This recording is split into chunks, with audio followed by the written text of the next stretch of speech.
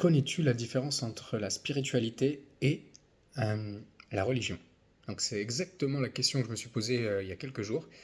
Et Frédéric Lenoir, un philosophe que je suis en train de lire avec le livre La Sagesse expliquée à ceux qui la cherchent, a mis des mots clairs pour que je puisse te mettre en avant le concept. Et encore une fois, la réponse n'est pas finale, c'est qu'une piste de réflexion que je te mets en avant pour mettre plus de clarté sur ces deux notions, deux concepts.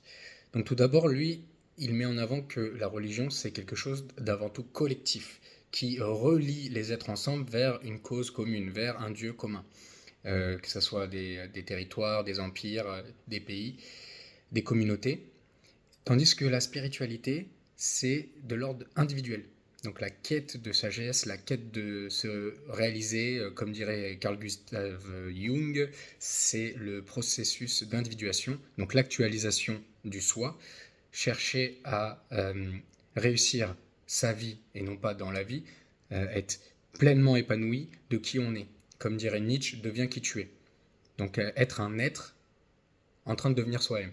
Donc tout ça, ça passe par cette phase d'introspection qu'on voit à travers la chaîne, de recueil dans son fort intérieur pour pouvoir être aligné, avoir cet alignement tête, cœur, corps.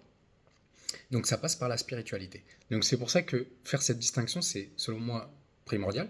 Ensuite, un religieux peut être tout à fait spirituel et un spirituel peut tout à fait être religieux. Mais euh,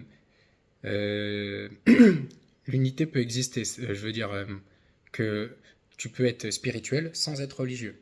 Pour le coup, c'est plutôt mon point de vue. Et tu peux être religieux sans être spirituel. Par exemple, il y a des religions dans les extrêmes où euh, on voit qu'ils prônent justement de faire du mal à d'autres êtres humains. Alors que si tu cherches bien, la spiritualité, c'est la quête de sagesse, la quête d'amour inconditionnel envers soi-même et envers les autres, parce qu'on est tous interconnectés. Je suis parce que nous sommes. Le proverbe Ubuntu.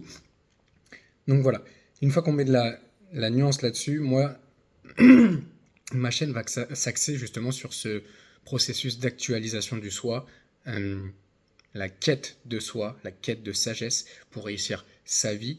Et au-delà de toute quête extérieure, d'approbation, de reconnaissance des autres, de bien matériel, même si je sais que dans notre société, c'est plus dur de faire un effort et de se valoriser dans ce monde intérieur que ce monde extérieur, parce que la société dans laquelle on vit, occidentale, valorise les biens extérieurs, le monde extérieur.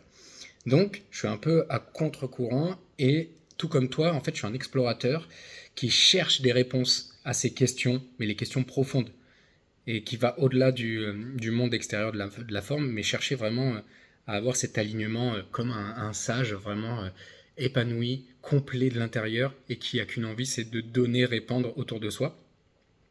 Ça se travaille en fait, et ça se travaille, et il n'y a pas de formule magique, c'est tout un processus, c'est tout un chemin. Donc souvent on me dit euh, oui mais toi tu es déjà bien avancé, que je suis en chemin, chacun son chemin, et que il me reste encore toute la vie pour expérimenter. Et la vie c'est fait de haut et de bas, et que le véritable bonheur c'est d'embrasser les moments de joie comme de tristesse, en formant un tout. Et pas justement se dissocier quand ça va pas et dire c'est très bien quand je ressens du plaisir. Donc voilà, je voulais rester sur la question de la différence entre spiritualité et religion. Retiens bien, spiritualité de l'ordre de l'individuel et religion de l'ordre du collectif. L'un peut exister sans l'autre et l'un peut cohabiter avec l'autre. Voilà, j'espère que ça t'a apporté un peu plus de clarté. En tout cas, moi, j'en avais besoin pour prendre conscience des différentes choses là qui tournaient entre ma tête. Et n'oublie pas que si tu as une question, sache qu'il y a toujours des personnes qui ont documenté, qui ont écrit sur le sujet. Donc, va chercher tes réponses, ne reste pas euh, bloqué. Et en tout cas, nous, on se dit à la prochaine. Jamais parfait, toujours meilleur. Ciao, deviens qui tu es.